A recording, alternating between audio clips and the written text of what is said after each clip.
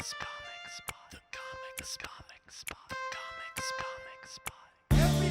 talking at the comic spot.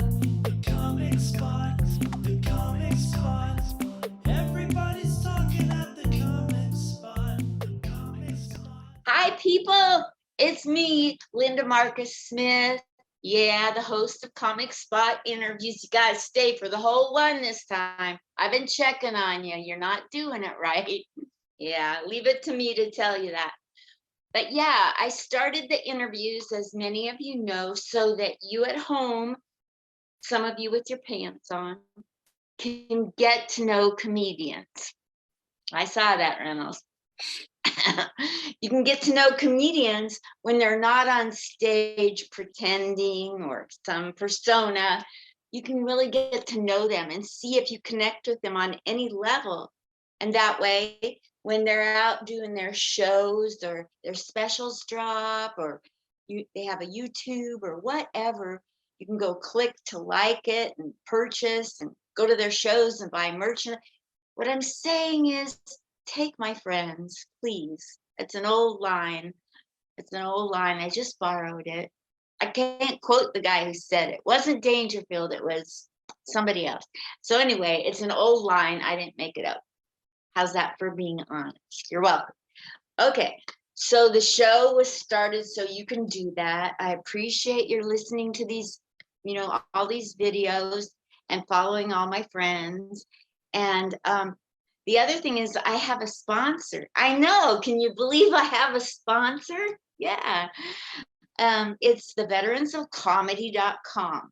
So I'm a military veteran, and you're so lucky. We're doing double duty on you today. We have someone here today that I'm interviewing who's military as well. And so whenever you're sitting at home bored and you're going, I wonder if somebody who used to sling weapons, whatever, could also sling jokes. You don't know.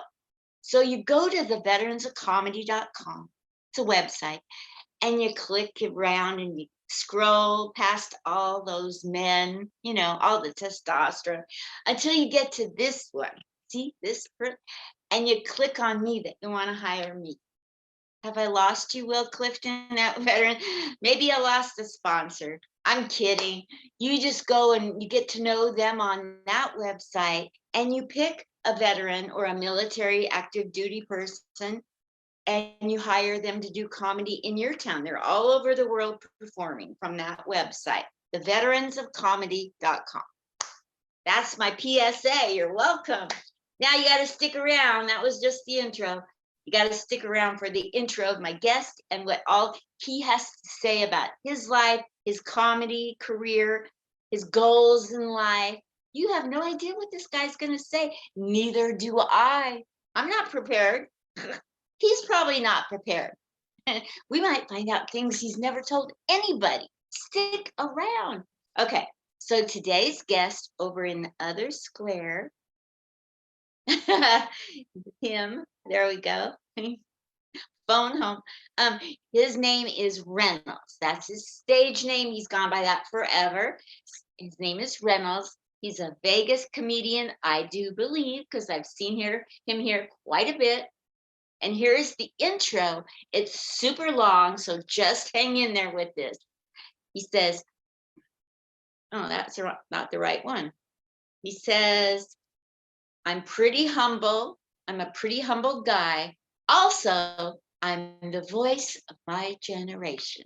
So give it up right now for the one, the only, Reynolds. Woo! Thank you. Hi, Reynolds.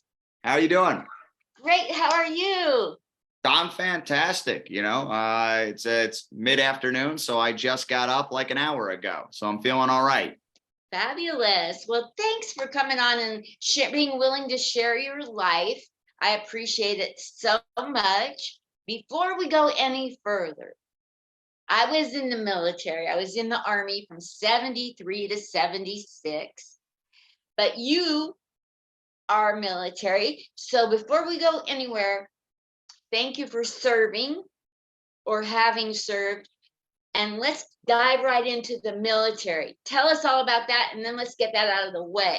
But let's honor you with that info first. Yeah, no problem. Yeah, so I did '03 to '07. And I joined like how a lot of people joined out of necessity.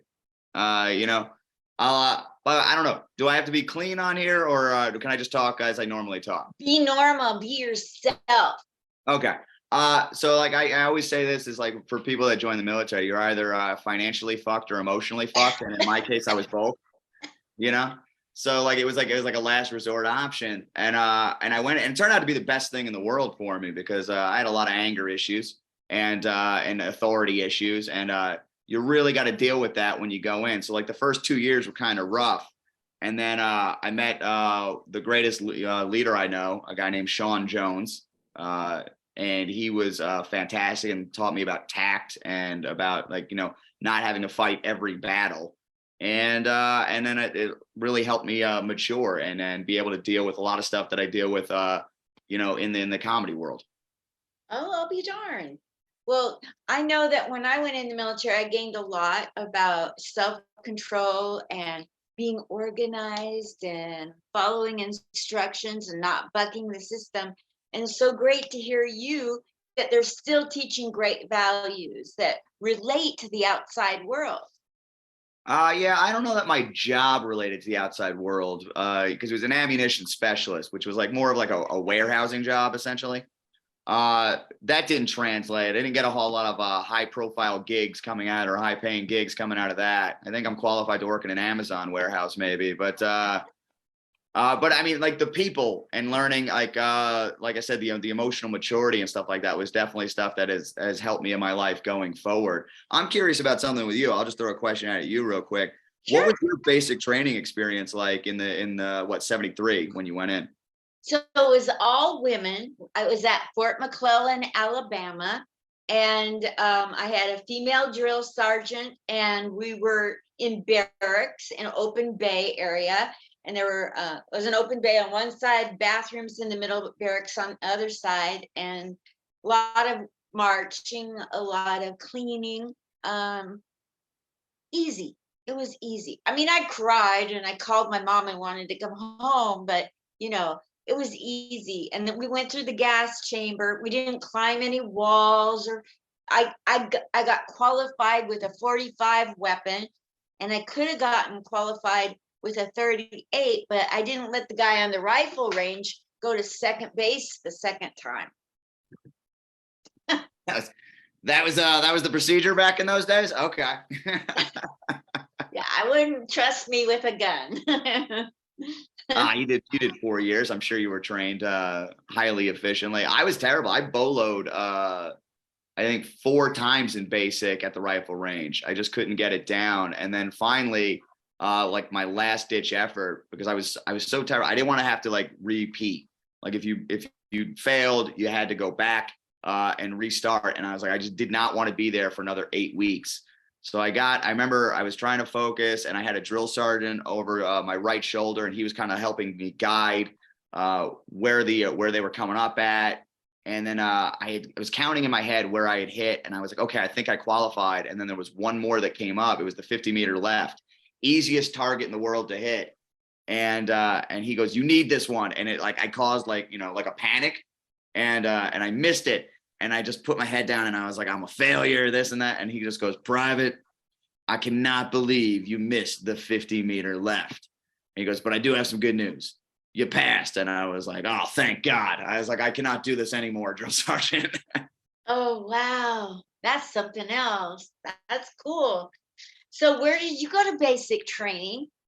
I went to Fort Jackson, South Carolina, which anybody will tell you is the weakest of the basic trainings, because they call it relaxing Jackson, but it was a co-ed experience, so it was looked at as because there was women involved there, and it was like more sensitive to it. I heard everybody from like Fort Benning, Fort Sill, Fort Leonard Wood, all these places. They were like, oh, you guys had stress cards that you got to show. I was there for 8 weeks. Not one time did I ever see a stress card where a drill sergeant was yelling at somebody and they pulled it out like it was a soccer match and was like, drill sergeant, I need to take a break. This is getting a little too intense for me. But I heard that nonstop from people that they were like, oh, that's what your basic was like. I was like, no, it sucked like yours.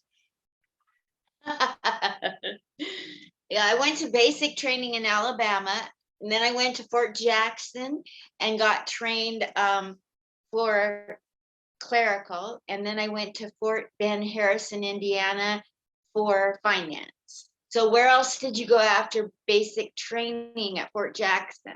So then I went to Redstone Arsenal in Huntsville, Alabama for AIT, and got trained up on the job. And then from there went to Miesau, Germany, the 23rd Ordnance Company.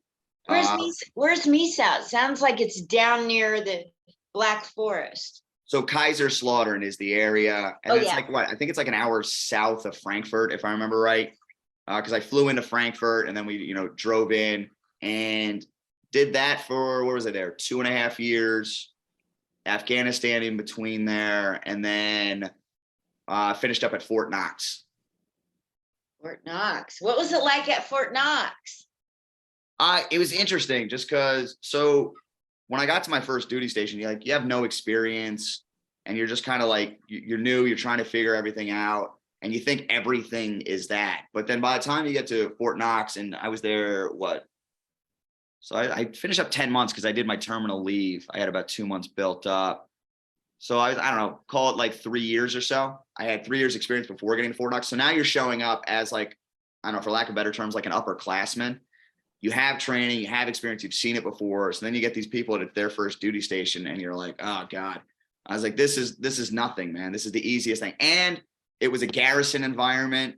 So you're just essentially, you're showing up to the same basic training ranges you went to, but now you're just like, you're doing your regular job and you're actually in charge of drill sergeants. Like, hey, drill sergeant, I actually need you to bring over this brass residue so we can go through and check it. Like, so it was a completely different experience when I got to Fort Knox. That's crazy. Okay, we're going to go back in time. Get in your DeLoreans, everyone. We're going to turn up your flux capacitor, whatever you call it. We're going to go back in time and we're going to get a little glimpse of what Reynolds was like as a little kid. So picture it for us. I like to do this. This is what old people do. I want to go back in time when you were a little kid at your home and you found out you were funny. How many brothers and sisters? What were your parents and what was your immediate family scenario like that made you Reynolds today? Okay. It wasn't a great home life. I'll try. I want to do this without it's. I've had to figure this out because when I started doing comedy, it was like a lot of just depression stuff, and you're just tanking rooms because it's a hard energy. I would just walk up and just be like, all right, guys, I'm suicidal. And then people be like, Jesus, we got to be part of this now, So trying to talk about my growing up life, which has a lot of sad stuff in it without just making your audience just very, very sad. It's like a Saturday. Can we just relax for 2 seconds? I got to watch the news later. So my mom and dad, alcoholic and drug addicts. They split up when I was 5 years old. My dad then moved to Lincoln, Nebraska. I grew up in Long Island, New York. And then I stayed with my mom, stayed in that environment where she was just marrying a bunch of dudes. And I have, I'm the oldest of 5, so I have 4 younger siblings. So I was trying to take care of my 3 younger sisters. My brother came later. And then, I was just doing that. And then at 6 years old was the first time I really remember finding comedy. And regrettably, it was Gallagher was who I was watching.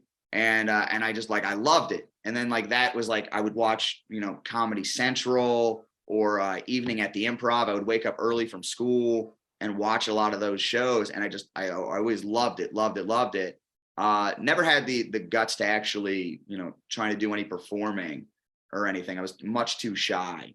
And yeah, that was me discovering the comedy stuff. But my identity was always I was always the funny guy around my peer group, And then I think like for a while, like why I didn't end up doing comedy was just because like I was like, well, what if I'm not funny? You know, like I spent all my time telling myself and all my friends say I'm funny, but what if I go up there and I'm not funny?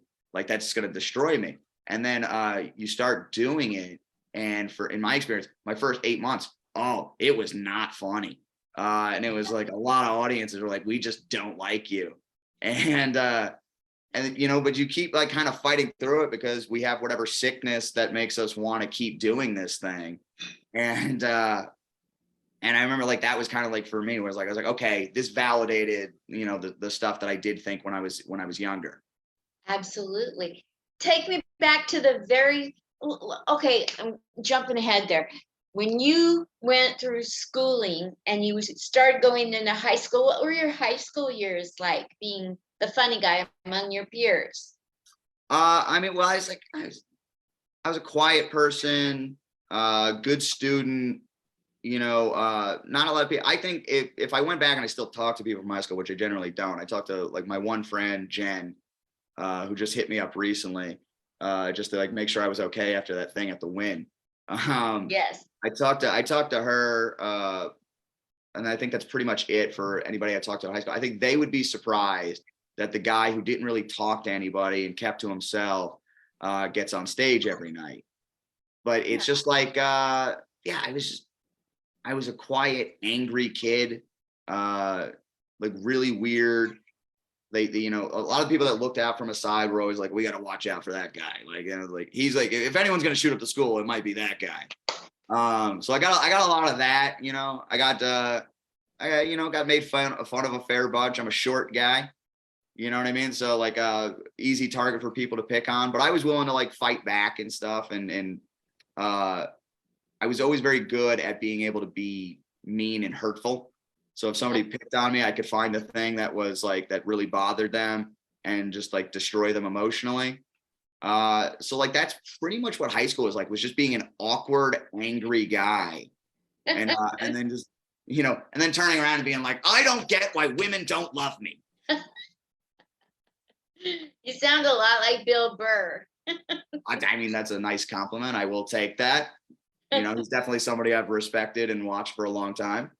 Oh, good. I'm glad you like that. Well, okay, so that's high school. What did you do after, right when you got out of high school? What did you do until you went in the military? Oh, I went to the military straight out of high school. So like I said, like home life wasn't particularly great. And my mom had was moving to we moved a bunch. I went to 7 different schools, and we were getting ready to move again. And I was just like, I can't do this anymore. I'm old enough to make my own decisions. You know, I'm out. And I was like, all right, now what am I didn't really have a plan. I just knew I didn't want to be in that house anymore. And none of my friends would like let me stay with them while I figured it out. I didn't have any family that was willing to help me out. So I just remember just being like, I guess it's the Army. So I went, you know, took the ASVAB test, did all that stuff. The recruiter was like, you're like a dream. Like, it's so hard to recruit people to come in. Cause I went in 2003. So this was August 5th, 2003 is when I got to basic. So my recruiting process was in July. And I went in and, you know, we had just gotten into Iraq, and a lot of people protesting, not wanting to do it. So the recruiter was like, this is fantastic that you're coming through. But yeah, so I went straight in just because I didn't have any other options. And I was like, all right, I got to figure this out. And I remember just thinking, it's like my uncle was very funny because he was, you know, he's a good guy. Him and my Aunt Heather, one of the nicest people, did a lot for me that she didn't have to do. My uncle did as well. But my uncle was like the older, you know, that older generation. Never tell you they love you, never tell you they're proud of you, kind of thing, or like that. But so when I joined the military, he just goes, I'm proud of you. And it was like the first time, and I was like, okay. I was like, I'm not thrilled about it, but I'm glad you're happy. But so yeah, it was just like straight out of high school, straight to the military. Like I was like, I had no transition time, no time to ease into it. It was, I signed up, and then they gave me the choice of jobs, and they said, what do you want to do? And I said, what leaves the quickest? And then something left in 2 weeks, but I was like, I don't think I can handle that job. And then they gave me ammunition specialist that left in a month. And I was like, close enough, I can do it. So like that was really interesting. It was very, very quick. Like I was done with high school, and within 2 months I was out at Fort Jackson. Holy Toledo. So take me through your military career. You were in for 4 years. Mhm. And so you're now a veteran. You're not active duty still, right? No. I got out in 07. You do your whatever time in the what do they call it? The inactive reserves. But yeah, I was done since 07. Yeah, I mean, like I said, my first 2 years were pretty rough, just because, like, having a lot of anger issues and having to deal with authority and having people telling you what to do, because that's what the job is, was an issue. You know what I mean? It's like you can't turn to like your squad leader and just be like, like, hey, can you at least say please? Like that's just not how it works. But like, so it was just kind of tough. It was like, for basic was rough, because like that's like the worst of it.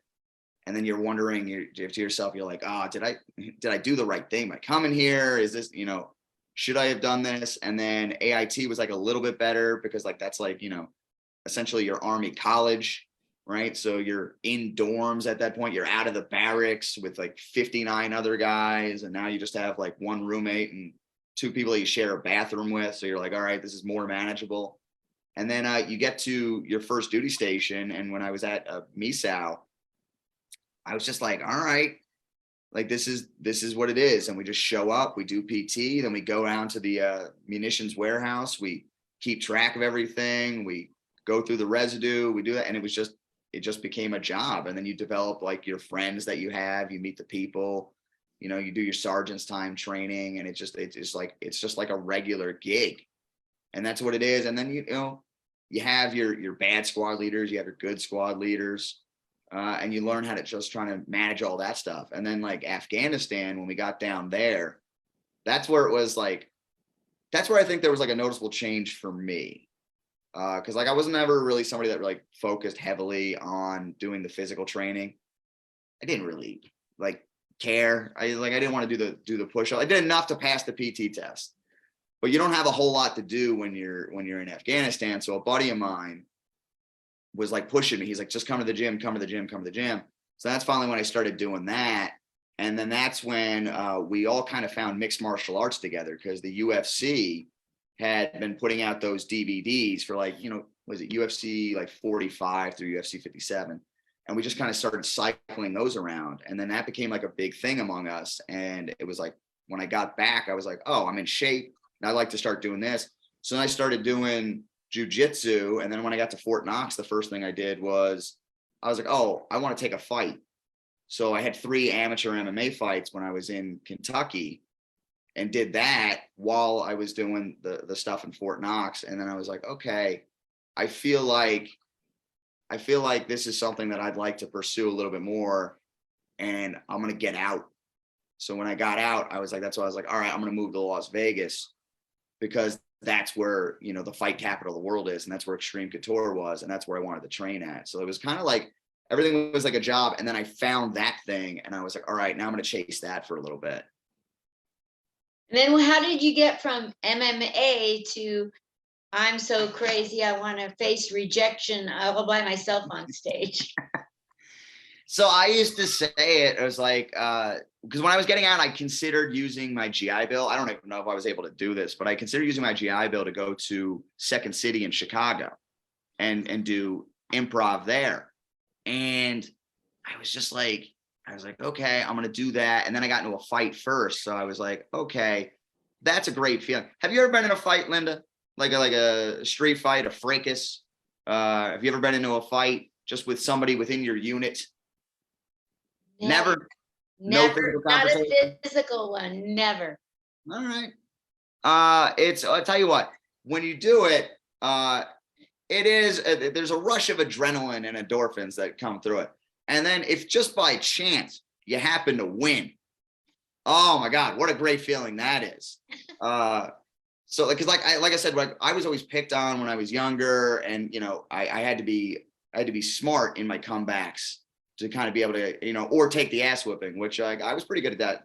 So like, I was like, all right. And then I got into my first fight and I was in shape, and this other guy, he was not. So, we had a first round, and then he was just done. His cardio was, so he just wasn't there in the second round. And I actually won that fight. And I just remember thinking like, this is a pretty great feeling.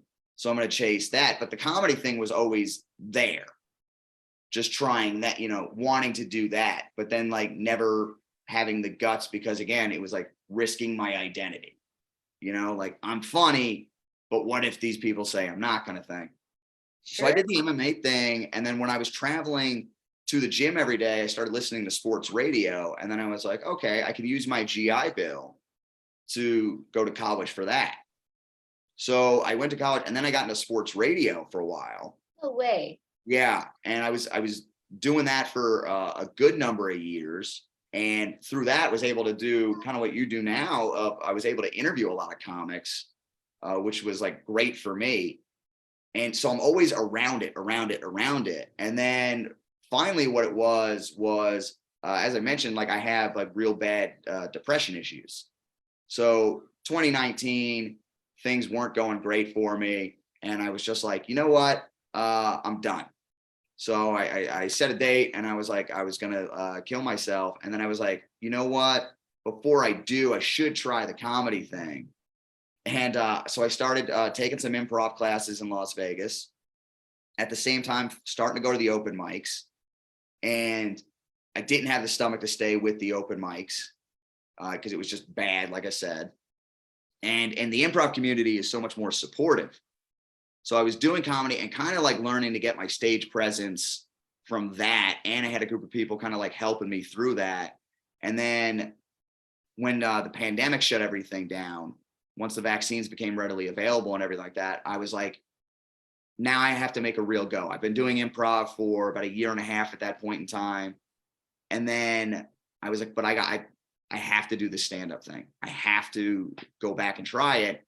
And then that was when I just fully committed to being out, 3-4 times a week. And then you start slowly upping it to the point where, I got to the point now where now I'm comfortable and I can go out there. And even when I bomb, it's not the same as when I bombed when I started. You're just like, all right, that joke didn't work. My confidence isn't completely shattered like it was. I'm not leaving the bar every night just being like, oh my God, like, why am I doing this to myself? Now it's just like, all right, it was a bad set. There will be another one. Or if I leave and it's a good night, it was a good set, there will be another one. That's right. Every night you start scratch. The next day you're back at starting from scratch. Yeah. And you know what drives me crazy is people that say they always kill. Yeah, those people I don't even find are worth listening to, because like they just don't have any perception, or they don't have the ability to be objective enough to go like, all right, the joke didn't work, because in their head they're just like destroyed it again. And it's like, all right, you're not going anywhere. Like that's the funny thing for me is like to the point where I'm at now, because I've only been doing stand-up like a year and a half. To the point I'm at now, but getting all the unsolicited advice from people, because I mean, you've seen me. So like I sit down. One of my biggest influences is Mark Maron. It was something I thought when I started to go back out, I was like, oh, maybe this will make me more comfortable up there. Exactly. And it did, but it also like it became like a thing where people started making fun of me for it, right? This and that thing. And I was just like, screw you. So then it became, all right, this is just me trying to get comfortable, but also screw you. I'm just going to keep doing it. And good. And it works for me. It's fine. It's not for everybody, whatever. I don't care. There's a million different ways to do this thing. So find whatever works for you if you want to do this. But there's so many people that came up to me and were like, you got to stand up. You got to stand up. I don't listen to you when you stand up. And I was like, I don't care. You're not my audience. You know what I mean? Exactly. Like, and it's like, and it's always some guy that comes up and has been doing it for 10 years and is still circulating at the open mic level. And I'm like, do I really care what you think, that you haven't advanced beyond this? You know what I mean? Like if Bill Burr came up to me, or Maron or somebody and said something, it would carry a little bit more weight, but it's always some guy that I'm like, dude, your opinion does not matter at all. Oh my gosh. What's some of the worst advice you've gotten from people besides for sitting down that doesn't apply to you that you're like, yeah, thanks, but no thanks? I don't know. I think the sitting down, I think, is the biggest one because it's so prominent in what I do.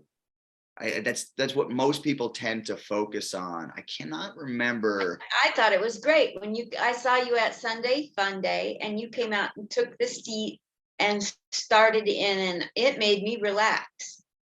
You know what's funny is I've heard that a couple times from people. I did this pro-choice benefit back in July, and a couple people from that were like, it made me feel comfortable when you sat down, and I was like, great. I think that that's fantastic. That's what you took away from it. It for me, like I said, it's more just for me than anything. And what I like about it now is because people have made fun of me when I started, and they were like, oh, it's a crutch. And probably when I started, it was a crutch, right? Because there were times where somebody wouldn't set the seat up, so I would just bring one up there, which is a weird look or whatever. But you know what I mean? Like I needed what I needed to be comfortable in that moment. Now I'm to a point where it's like, I host now as well, and I stand when I do that. Like if I want to stand when I'm doing something, I can. It just changes the energy. But I think that's the predominant one as far as like advice that I get tends to come towards that. I cannot remember anything because I don't know. I guess you could say like it's an ego thing for me.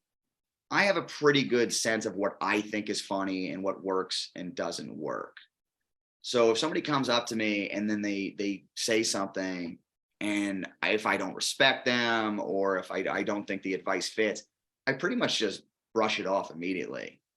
I'll give you something that was like the best piece of advice that I got. Okay. And I'll give credit to this guy, Adam Dominguez, who hosts a lot and does a lot of great stuff around town, and beyond town too. Yeah.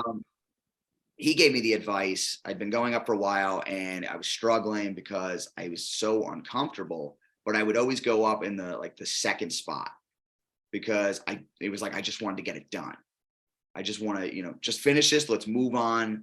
We'll get through this, which by the way, already a defeatist attitude going in with that. But he gave me the advice of to go later on in the night because you have more to react to. So doing that, just that slight change, once I started going a little bit later in it, that's when things kind of started turning for me a little bit, of being able to kind of react more, find that comfort zone, and then being able to try stuff. That was probably one of the best pieces of advice I've gotten so far, was just as far as like change up where you're going in the order. I like that. That's great advice. Good job, Adam. I love Adam Great guy. Dominguez. Love any piece of advice he gave. He's been great. He's been a great mentor, I would say, for me. Super. So you started doing comedy and like you thought you should try it. So you started in with improv, but the very first time you went to do straight up stand up, what was that first night like? Oh God. So I don't remember the exact date, but January of 2019 is what it would have been. I went to a place called the Sand Dollar. Yeah. Which Ryan Barassa was the host. Ian Rainier, who does the Fun Day comedy stuff around town in Las Vegas, he was the producer, co-host, and it was just like, it's your typical bar scene for an open mic, and I just remember feeling just so uncomfortable and just being like, going up there and you have an idea of kind of what you want to do, but you're so lost in everything that's going on that like it escapes your head. Like, so it was like a lot of just dealing with my own like emotional turmoil at that moment, like, all right, this is the thing that, am I doing this? And then I remember I was doing some online dating jokes and they're not great because it was like my first night doing comedy. I think they were like okay formed, but my delivery sucked. But I remember I had like, one line that it got there, and somebody came up to me afterward and they were like, hey, that's a good tag. That's a good tag. And I just remember feeling like so uncomfortable. And I was like, this guy's got to be making fun of me. There's like no way I had a hard time taking anything that was as a compliment. And even Ian said when I got off stage, he was like, for your first time, that was okay. Wow. Yeah. So it was like, but in my head, it was like the worst experience because I was like, I was terrible. I wasn't anything what I wanted to be. I'm not Marin. I'm not Burr. I'm not, any of these guys that I respect and admire. So I was just like very, very much in my head and not present at all. What's the difference, just for the viewers and a little bit for me? What was your experience in the similarities and differences between improv and stand-up? The differences are more pronounced for me. Like I said, I feel the way I've always described it is improv is like you're on a basketball team, right? And you need your 3-point specialist, you need your rebounding guy, you need your people down in the paint, and you need your point guards that can pass the ball off. That's improv. You're a team. So when you succeed as a team, you're a team. When you fail as a team, you're a team, right? So you can look around and be like, yeah, we suck tonight. All 5 of us suck tonight. Like something like that. Stand-up is not like that at all. It's like a fight. It's like an MMA fight. It is all you, whether you succeed or fail. And for me, when I started stand-up, and because the stuff I was doing was so personal to me, it wasn't so much also that it was like, oh, this audience just doesn't like my material. It was, oh no, they hate me as a person. Wow. Right? Is how I took it. So like that, to me, that is like, those are the big differences. Similarities, other than, trying to find that laugh. They're just so different in their respective mediums that I have a hard time like finding, other than just the laugh, like what the similarity would be. Somebody asked me recently, they said, like, what is the biggest difference you see in the communities? And I said, there's no greater difference than just the act of bombing. Because like when you bomb in an improv set, the improv people will come up to you and they just look for positives, right? It could have been the worst thing in the world. And they'll be like, that's a great t-shirt you have, right? Like they will find a way to compliment you. Wow. And when I was, first starting out, and I tried to joke and it didn't work. And because I was insecure, then you start like kind of like trying to draw attention to it.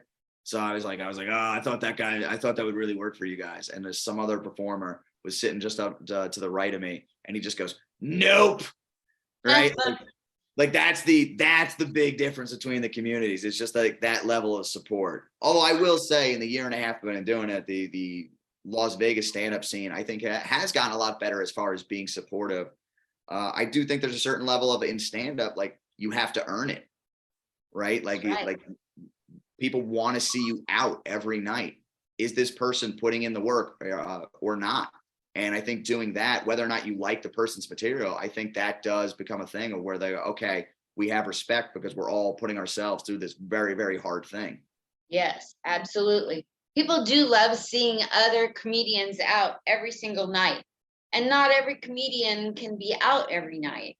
So that can be a rub for some people. If they have to work to make ends meet, or they have duties at home with children or whatever. That is like the hard part, especially at the level that I'm at now, where it's like you have to go out to these, these bar shows and stuff like that. And you're not seeing any kind of financial reward for it for the most part, right? It's like, this isn't a career. You can't really call it that. I mean, you want it to be, Yes. but you're not there yet. I'm speaking for myself. I'm not saying you, Linda, you're doing very That's well. fine. I get it. I totally understand. But you do see people that are like, oh, well, I got to go be with my girl, or, I do have kids and all that stuff like that. And I'm lucky in the sense that I don't have a relationship. I don't have kids. So I can focus just on the comedy side of things. But I do think there's a certain element where it's like, for people that are like, they let those externals, they're like, I have to handle that. And there's always a part that goes like, never going to make it. Yeah, there's a lot of people with a lot of opinions. And, for every single facet of comedy, there's two polar opposites. Like, oh, you shouldn't sit down. Oh, it doesn't matter if you sit down. Oh, you shouldn't make jokes about other groups of people but your own. Oh, you can talk about anything, and there's so many different types of opinions in comedy and so many different ways to do it. And so many people are so opinionated that their way is the right way nowadays that, I get kind of tired of getting advice, because advice is only as good as you want to receive it. Like my goal in my comedy might be a totally different goal than yours. So if you tell me, oh, you're never going to make it unless you go out 7 nights a week to 2 shows or something, I'd be like, I don't know. Is that really, like, maybe in the world, the big scheme of comedy, maybe if I go to one every other night or one every 3 nights, maybe I can still make it. Maybe it's fun. Maybe I can stay home and be on Zoom here and there, you know. Yeah, there's a million different ways to do it. Like the funny thing is like, cause I'm 37. So like if I had started this when in my early 20s, I definitely would have been like one of those douchebags that's like, this is how you do comedy. This is the only way to do it. I do think, one of the benefits of getting older is that you do get wiser, and then you do get to the point where it's just like, whatever works for that person, whatever they want to get out of it. Maybe this is not a person that wants to, have a Netflix special or something like that. Maybe this is a person that just wants to go out, get their thoughts out to, a group of 20 or 30 people, and then go home every night. Maybe that's enough for them. And like, to me, it's like, if you're not hurting anybody, who cares? And Yeah. I had this long discussion with people about censorship a couple of days ago, because it's like, should you be allowed to say anything? And it's like, yeah, as a performer, yes. You know what I mean? Like, it's like if somebody goes up there and they're attempting to be funny, and then it's about some sensitive material or, sensitive topic, and they miss, yeah, that's what happens. You know what I mean? Like, and then everybody can just move on from it. It doesn't mean that like all of a sudden this person has to be like tarred and feathered, or to the other extreme is like, if somebody goes up there and then they do just deliver hate speech, then you just kind of have to sit back and go like, yeah, that sucks that exists. But recognize that that person is not going to be on a national, stage, national platform relatively soon. So it's like, I don't believe in this idea of telling people what they can or can't say. Sometimes people are going to go up there and say stuff that's brilliant. Sometimes they're going to go up there and say stuff that's absolute garbage, but everybody's entitled to that right to, to go up there and make the attempt. Yeah. Yeah, that's true. I get, like, I come from a Jewish background, and I get really triggered when I hear young comedians saying they hate Jews. Like, okay, now that's where I draw the line. You can say, the Jews this or Jews that, and the whole room breaks up laughing because Jew is a funny word, and a lot of people make fun of the Jews. But, like, is that really as deep as you want to take your career? I mean, when they say they hate the Jews, I like, okay, let's break that down. The Jews control Hollywood. I get that you hate the Jews. They control the money, whatever your feeling about the Jews are. So then why would you want to say, where people could quote you, that you hate them? If they really control Hollywood, why are you going to make that? Can't you come up with something smarter? Like, no, they can't. Like, generally speaking, the people making that statement are not the smartest people in the world, to me, which is why I say, like, I'm like, whatever they said what it is. Like, I don't think that message is going to go any further, because I don't think that person's smart enough to be in like, man, there's a really good market for the Klan, that they don't have a lot of comedy shows, that I'm going to go out there and start booking myself on those shows. Like, they're just going to get up in a bar and make their stupid comments, and it's whatever. And then somebody will get up there and probably make fun of them for saying it. Like, it is what it is. And then you move on from it. Not, again, going back to the lesson I learned in the military, not everything needs to be a fight. Sometimes just shitty things are said, and then you could just move on from them and get to the next comic who has a really great joke, that they're working on or something like that. I do come from the era that Don Rickles was the very first, person that would attack everybody, and he was safe because he attacked everybody. And, and there's a lot of truth to that, but like, I think tastefully, you should make fun of yourself or your own people. Like, if I'm not Asian, why am I going to make jokes about stupid Asian drivers? Like, there's a lot of white people I'd just like to run off the road. Yeah. Well, I mean, it's like, it's just find whatever works for you. And at the level that I'm talking about, like the open mic level, right? Yeah. That's where you're going to find more of these morons that think that like their shock value stuff is brilliant. You know, these people that are trying to be Bill Burr and they don't have the level of performance or the level of satire to get that stuff over. And it's just like, whatever, you know what I mean? Like they're not going to advance further than that. So I'm not concerned about them. Well, You know what I that's mean? good input. I like that. You just taught me something about my patience with it runs pretty thin when you're like at, say, a big club open mic and somebody says, I hate the Jews because, well, I hate the Jews. And then the place erupts in laughter. And I'm like, am I in a rally of some kind? Am I even safe?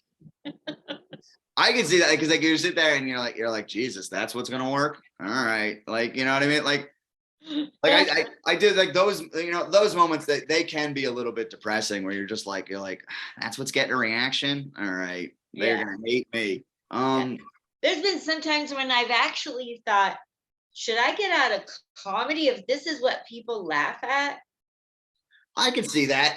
But for me, like this is my ego. I think is that I just look about it as like I have a very strong belief in what I think is funny and what I think works. You know what I mean? And I'm objective enough to go up there and see something and like, okay, that doesn't work. Maybe there's something to it, but I didn't perform it right, or maybe the joke just sucks. One of those things. So like for me, it's like, and I can look at the crowd at these open mic levels and sit back and be like, all right, are these people the true gauge or not? You know what I mean? Like, it's like if you walk in and you're just performing to other people that are at the open mic. All right, did the joke not work because you didn't tell it right, or did the joke not work just because this is people that are only wrapped up in their own stuff, just waiting to go up?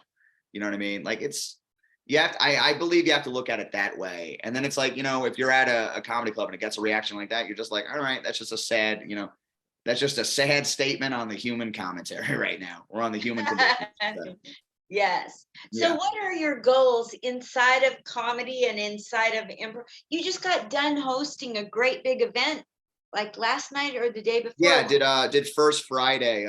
So Bleach, which I believe is the best long form improv in Las Vegas, they do the First Friday shows, and then Thursdays they have their jam, and then they do their weekly show. And the First Friday show kind of is like a way to market for the Thursday show, right? Because you got all those people down there for the festival. So yeah, I've been hosting that for, I'm trying to think, like maybe a little bit less than a year. I think I officially took that over in February. But yeah, last night was First Friday, and that was a fun night. We had a bunch of like the younger kids that are just becoming new members of the community go up there and do shows for bigger audiences than we're used to getting. So getting that experience, that was a lot of fun, and it's a fun thing to do the hosting thing, because it's such a different rhythm than when you're up there just to do your 5 minutes, right? Because like as a host, like you're just trying to move the show along, right? You're trying to keep the energy up and move the show along. And so it's kind of like a fun challenge, and being like, okay, how can I react to what just happened to kind of keep both those things going along? And your improv training is perfect for hosting. It very much, doing improv helped me so much for stand up. Like that year and a half of me doing improv helped me so much to get prepared for when I was doing stand, to feel comfortable on stage when things work or when they don't work. So like I am so thankful to be able to have that experience. And then when they asked me to start doing the hosting stuff, that I think there's a big correlation for when I started getting better actually doing stand up, because you're hosting, that is where you're just comfortable in front of the audience and it's all on you and you're trying to keep the energy moving along. So you become more familiar, or more, what's the word I'm looking for, where like you can just recognize it better, being like, oh, okay, I started to lose the crowd a little bit here. How do I avoid that the next time, kind of stuff. That stuff has been so valuable to me as far as doing the stand-up aspect of everything. So when you did the hosting for the First Friday, how many people were like in the audience? So we did 4 shows. The 7 o'clock one is usually pretty light. It was like one kid's family, which he had a big family turnout. And then maybe like 10 others, so small. And then our 8 o'clock show, you know, was a little bit lighter, maybe like 30-ish people. 9 o'clock, 10 o'clock, or 9 and 9:30 tend to be where we have more people down at the festival. So we had those up a little bit more. That was where we got closer to about, like, I would say 50 to 75 people in the building, you know, so like a good enough crowd, you know, for a small theater like that, like the Vegas Theater Company is. You know, and it's interesting because we were drawing like bigger crowds, but they put up a bunch of tents right in front of the theater now, which has cut down our foot traffic. So we're trying to figure out how to navigate that at this point. That's cool. I was thinking that I had something else I had to go to, or I would have come there to support you and see you Yeah. perform. So next time that happens, please let me know. So I I want to gotta do a slip better in. job about promoting that stuff. Like I'm like, I there's a certain level of resentment I have for like you're great at it, but like there's first for me, it's like to be able to just like take a picture. Here's the thing I'm doing. Like for some reason, I just have a mental glitch about it. About promoting things. Yeah, I don't know what it is. I have to get over it because I know it's such an important part of doing this. But there's just such a frustration I have where I'm just like, I don't know, I feel pretentious or whatever, you know, like I'm just like, I ugh. feel that every single time, and you see how Yeah. much I mega post all day, and every time I'm struggling, like, who the hell wants to see this? And then I post it anyway. And you know what's really weird? I would think that people would be just unfollowing me and blocking me left and right.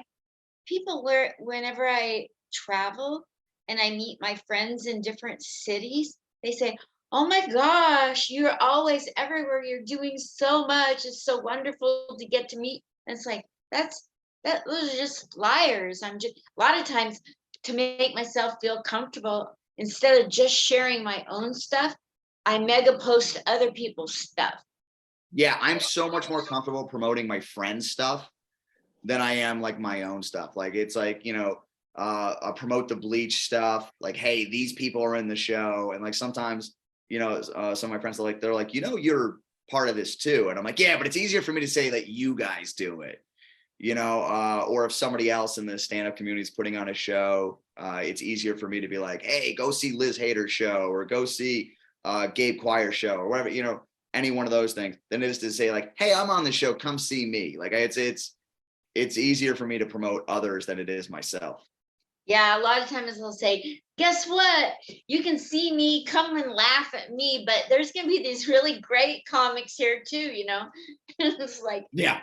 look at this. I don't, I'll do it, I'll post it, but I don't really like, look, I'm wonderful. Come and see me. I just like, nah. Yeah. Yeah, for I know there's a certain element of like just to be able to get over it. Like, you know, I think when I first started, it was like there were people that were like, hey, we want to come see you at the open mic. And I was like, oh no, you are not coming. I don't want you there at all. I have to deal with enough as it is. I don't need a person watching me fail. And now I'm to the point where it's like, if people want to come out, great, it's cool. But I'm also not openly recruiting anybody to come to an open mic. We just did one at Square Bar last week, which followed a burlesque show, which ended up being a great energy for people to kind of just sit in. And it was a really fun night. But I had people that were there because my friend was hosting the burlesque show. So we had a couple mutual friends that we knew that were supporting her and then stuck around for the comedy. And it was like, I think, you know, like 8 months ago, if they had stuck around, I would have been like, no, you got to leave. You guys can't do this. But now to them, I'm like, yeah, you guys can watch me. I don't care. You know, it'll go well or it won't. Whatever I'm working tonight. Absolutely. That's fabulous. Fabulous improvement. Yeah, I feel like it feels nice to be at the level where I'm like, I'm comfortable. You know, I always say it this way. I'm much better than I was a year ago, but I'm still nowhere near where I want to be. Yes. And I think for artists, that's gonna always be what we feel. Like when we get to another level, I mean, unless you're consistently performing around the world, or at Madison Square Garden, like you've still got things to work on, like just like every day you start over. Whatever you did yesterday really doesn't matter today. You got to get out there and prove it today too. Yeah, there's a real beauty in that, of being able to be like, all right, it went poorly or it went well, but it's a new day, new audience, whatever. Like, because no matter what, like whether or not if you're doing the same material or not, there's still like so many different things, different elements that go into each time you get up there, no matter what it is. Unless, like you said, like we were doing, like we were Kevin Hart and you're just like doing an arena every night. You know what I mean? Then it's like, all right, I pretty much got the arena thing down. Yeah, But there's I don't know. I enjoy that element of it, of being able to kind of like have a new challenge every day. me too. I remember about 6 months ago, I have a neighbor that just moved out that does comedian Landry. And he said, "How you doing? How's your comedy?" And I go, "I did really great last night," because like I was so excited about yesterday. And I remember what he said. It was so poignant. He said, "Isn't that what you're supposed to do?" And I thought, you know what? Why am I hanging on to yesterday? I'm supposed to do well. Yeah. So you I got do. I do think, we got to be careful with that a little bit, of just being able to enjoy those successes. I've never been great about being able to enjoy the moment. Like, I'm usually looking forward to the next thing. I do try to get better, be like, hey, that was a good set last night. Cool. What can I take from that moving forward? But I do think it's like, if you move on too quickly, where you don't appreciate when you've had those wins, then you're just setting yourself up for more failure, and just that horrible cycle of just like, when the next one, like, all right, well, there it is. You know what I mean? Like, I do think it's important to find that balance of being able to, like, yes, move on, but still be like, okay, cool, I did do well. absolutely. Like every single time I see things that I didn't do well, doesn't matter how the audience took it. The audience can say I was brilliant, or they can say that was a good set. It doesn't matter. I always see what I didn't do and what I did do, and it's one or the other. Yeah, well, Like, that's the objectivity of being able to look at yourself and be like, okay, regardless of what happened, what worked, what didn't work. Hey, that worked. This didn't work. I can fix that for next time. This is worth spending more time. Didn't work tonight, but I know that there's something in that. I did a joke last night that didn't work at all, because it was just too messy of a setup. I didn't tell it right, so it just came off poorly. And I was like, okay, but I do think the premise of what I'm working on is funny. So now I just have to spend more time. Okay, how can I get that to something that the audience can enjoy? And yeah, and being able to have that. And then, maybe I'm wrong. Maybe if I may tell it, 2 or 3 different times or whatever like that, and I'm not seeing any reaction to it, maybe you just scrap it. I mean, that's just the objectivity you have to be able to grow. yeah, Or you can just tell yourself you kill every night. yeah, that's true. So, what is your major goal in improv that you have to accomplish before you get to my age and die? And what's your major goal in stand up before you get to my age and die? Um, I don't know. It's an interesting question, just because, like, I think my goals are very, very much more focused on the stand-up side of things. I love improv, always will. I love the people that I perform with weekly. It's a great community. I hope I'm always a part of it.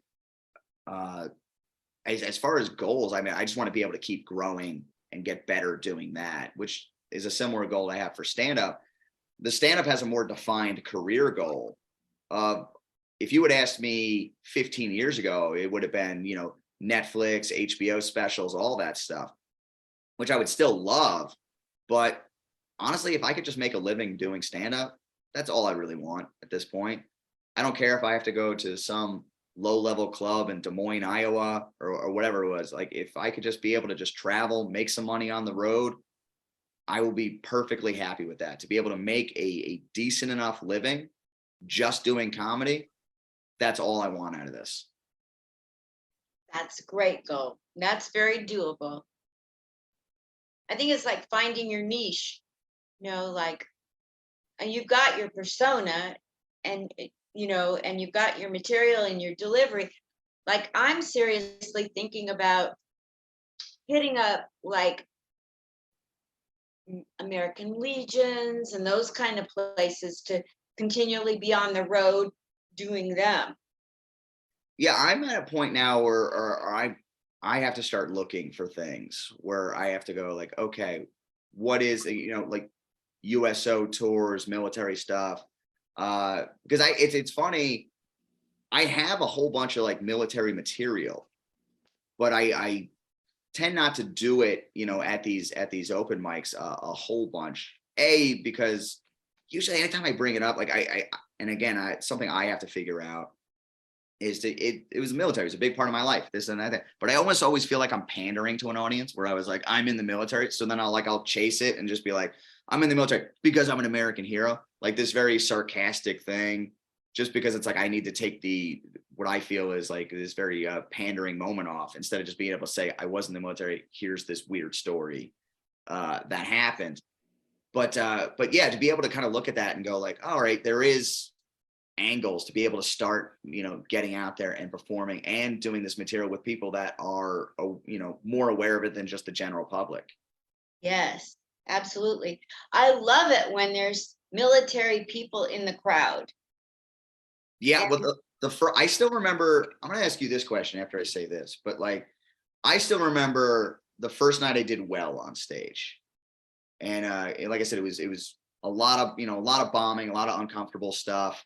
And finally, Ian Rainier asked me about being in the military. I forget exactly how it came up at some point in time, but he asked me about being in that. And I started just joking about it. And I was like, 90% of it was just sitting in front of a building, like, like just waiting to be told what to do. And there was these two guys sitting in this bar, Founders, on Trop and Pecos here in Las Vegas. And like, they just started laughing so much. And I was like, you were laughing because you are military. You know exactly what I'm talking about. And then, so I had this kind of like, relationship now with these guys where like, I'm like, okay, so now let's just start talking military stuff. And it was like one of the first nights that I started really doing well, was because like those people knew exactly what I was talking about. absolutely, absolutely. It's so bizarre. Like, up until about a month ago, I was up there talking about I was born in the 50s and in the 60s and then in the 70s and then the 90s. And I think I was boring everybody. I mean, they liked me. And then Mhm. I had this one young punk guy who I brought to the comedy through Meetup. And he says to me, how come are you just talking about your life? Like, these young people, look around. It's mostly young people. Do you think they want to hear about the 50s and the 60s? And I was like so resistant to his input because he'd been up on stage all of 2 times already.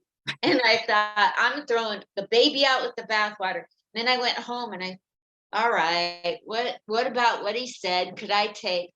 And that's where I came up with this new set I'm doing, which is how why was I so resistant? I was so resistant because I got told by a major comedy club that no matter how good I ever got, I was never going to get booked because I have nothing in common with the young people.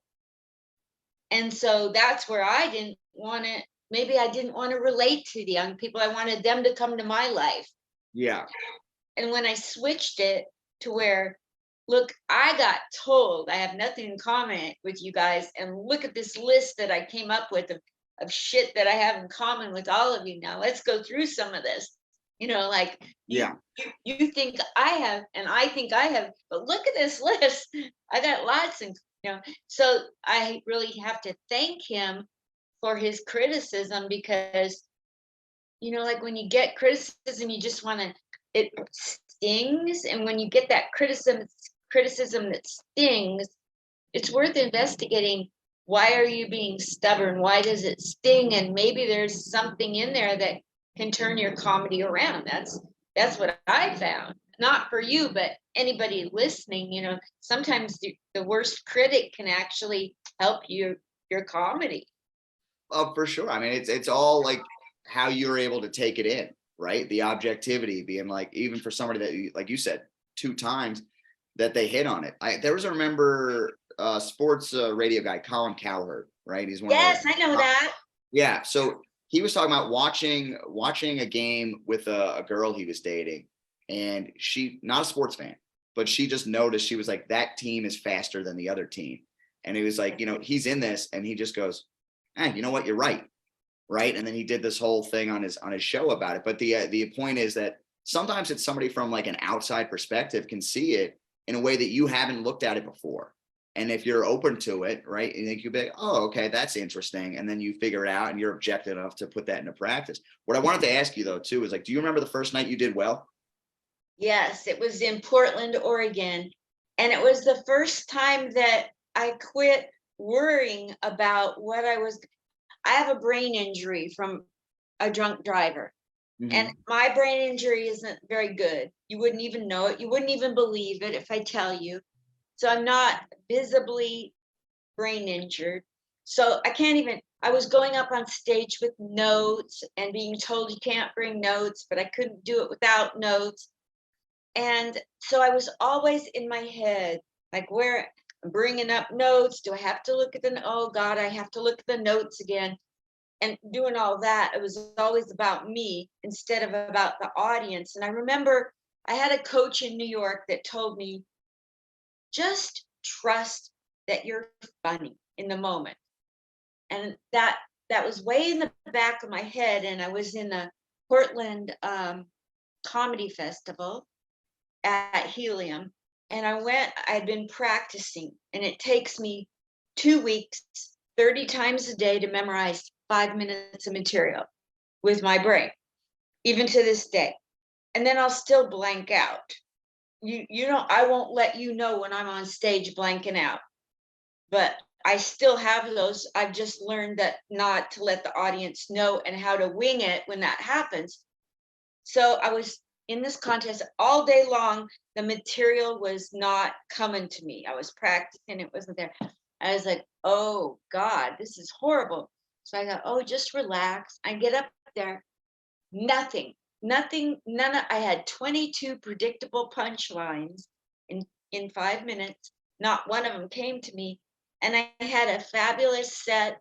And I really don't know what all I said. I have to go back and look at the tape. I got the loudest laughs just being with the audience and being in the moment. Yeah, just being present. Yes. So I guess that's improv. Yeah, I think one of the best piece of advice I got improv wise was like, so when you come at it with a stand up brain, is you're chasing the joke instead of trying to serve the scene. Like that's the difference in stand up. Going back to something we talked about a little bit ago, right? Is you're trying to get this scene because it's as a whole instead of just chasing the joke, which is stand ups, we're chasing the joke. So when you start and you have this idea and you're trying to force it through, you can't do that because somebody might come through and blow it up on you.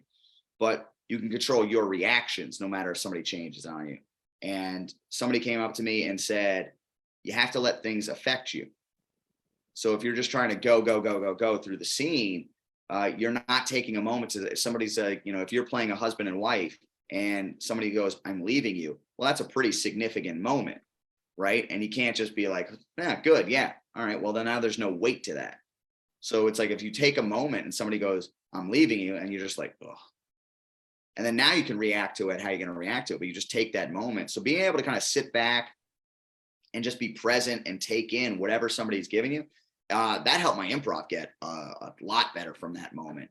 And then that same thing of just being able to just be present on stage and roll with stuff, like whatever happens. If you have somebody heckling you, or if you have somebody that's like, you're doing crowd work. I like to do a lot of crowd work. If you have somebody that's giving you something, you're like, all right, let's just roll with what this person's saying. You know what I mean? Like, hey, have you ever bought drugs before? All right, let's find out what's going on there. Like all that stuff, just to be present and in the moment. I think that's the best thing in the world. Yes. So what is it that you want to accomplish? Did we already cover that? For the rest of your life, you want to just continue getting better and be able to rely on stand up as a career where you get paid for it and can live off of it, right? Yeah, those are the big things. Those are big career things. In my life, I mean, I'd like to have a relationship and stuff like that. I haven't been successful in that in my life, but I am I am to the point where I'd like to give that a shot. But you know, like that's again something not to force, just to give it a, maybe I'm good at it, maybe I'm not. Who knows? Absolutely. You'll be great at it. You'll be great at it. Thank So you for the vote of confidence. I feel it. I feel it. So, would you mind telling people where they can follow you and where you're going to be performing? But I have one more trivia question before you get to that. Sure. Oh, I don't know that it's trivia. I have one more brain teaser. Okay. So let's pretend that that's such a stupid word. Let's say that you just found out that you're dying of some kind of disease and you've got a week to live, and Make-A-Wish or whatever it is for adults has come along and said, you get to perform with one person, living or dead. We can bring them back to life, or somebody that's living. You get to perform with one person for an hour. You get to meet them, have dinner, pick their brain. I don't know what good that would be if you're dying, but go with it. Yeah. You know what's funny is like the first thing you say that is like somebody says you're dying in a week. My first thought is like, oh, thank God. Thank God. This is gonna be so easy. No, I mean that's an easy answer for me. It would be Mark Maron. That's my biggest comedic influence. This is a good story I could tell you too. Is like, so about a year ago, when I was struggling doing stand up, and I just like, it was brutal every night. I wasn't feeling good. My confidence is just shattered, and I was trying to figure out how to deal with it. I emailed him on his website, right, and did not expect to hear back at all. Right, like hey, struggling comic, trying to figure out how to get comfortable in front of a crowd. Is there any advice you can give me? Blah blah blah. So I send that. Didn't expect to hear anything. I go to sleep, wake up 8 hours later. He emails me back, and he's like, hey man, what do you call it? You kind of just have to deal with it. It'll make you stronger in the long run. Like nothing that it wasn't anything like it was like super groundbreaking, that I didn't already kind of like know. Was like, if you want to be good at this, you just have to deal with it and get past it. But just the act of him taking that time to send me that message was such a cool thing. And I got to see him for the first time perform live a couple months ago at Wise Guys here in Las Vegas, and he killed. Like it was fantastic. Everything you could have wanted from seeing somebody perform that you respect that much the first time. And so the answer to your question would be, I would love to just be able to sit in that and just talk about comedy with Maron. Like that would be my answer. And to perform with him, oh my God, that would be great. There was a part of me that wanted to go up to him at Wise Guys and just be like, and just roll up to him and be like, hey man, I really respect you. And then in my brain have him just be like, do you want to open for me? You know what I mean? Like, but it's like so ridiculous that somebody like a year and a half in would be like, yeah, I opened for Maron. You know what I mean? But like, that was literally the thought process in my head was like, oh, I'll tell him I respect him. And then maybe he's like, hey, do this thing. That would be the guy. Wow. Yeah. So did you go up and tell him that you were the one that emailed him? No. So, okay. It's kind of funny because so when I started sports radio in 2009, 2010, I was sitting in the office. I was doing some like whatever administrative work I was doing. And there's another local comic in town. I would assume, Brandon Guchan, right? He does 92.3, the rock station. So he's interviewing comics that are coming in town, and Maron comes in to promote the show that he's doing. And I'm just working, and all of a sudden I look up out the window, and there Maron goes walking past the window. And I had that moment in my head of like, do I run out and go tell this guy like how much of a fan I am? Like I saw you at Comics Come Home in 1996. Oh my God.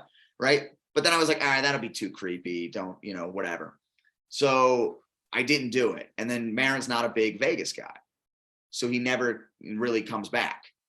And I was like, I've always kind of regretted that I moved to Vegas and I didn't see Carlin before he died. So I was like, oh, I hope this doesn't happen with Maron. You know what I mean? Like, did I blow my shot? So me and a buddy of mine who's a fan were thinking of going to LA to watch him do the shows there. But then he, came here to Wise Guys, and we were like, oh, we're going. So we go see the show, and then I'm still having that same moment of like, do I run up and tell him? Like, do I run up and tell him, and I hesitated, and then I was like, I gotta screw it. I'm gonna go do it.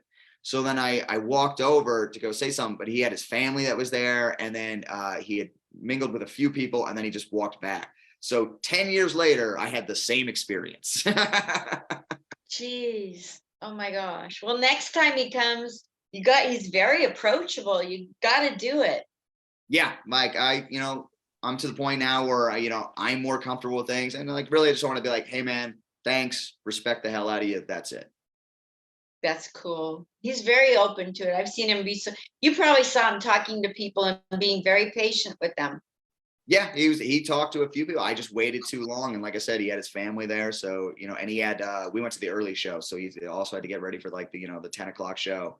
Yeah. Just like the timing wasn't there. We're comics. The timing has to be right. Yeah. Are you good buddies with Brandon? Yeah, we're cool. I don't know. I'd say we're good buddy. I mean, we worked together in the same building for a long time. Very good guy. Put me on one of his shows that he did a few months ago. Very cool of him. Glad to see him doing well. He's about to have a kid. Awesome like that. But it's not like we hang out every night or anything like that. But he's a good dude. Maybe when he has Mark Maron on again, he'll let you co-interview. Yeah. If he does, great. If not, I'm fine too. I'm good working my own way through things. Absolutely. I gotcha. So do you do any podcasting or interviews yourself these days? Not as much as I would like to. I would very much like to do a Marin interview style show.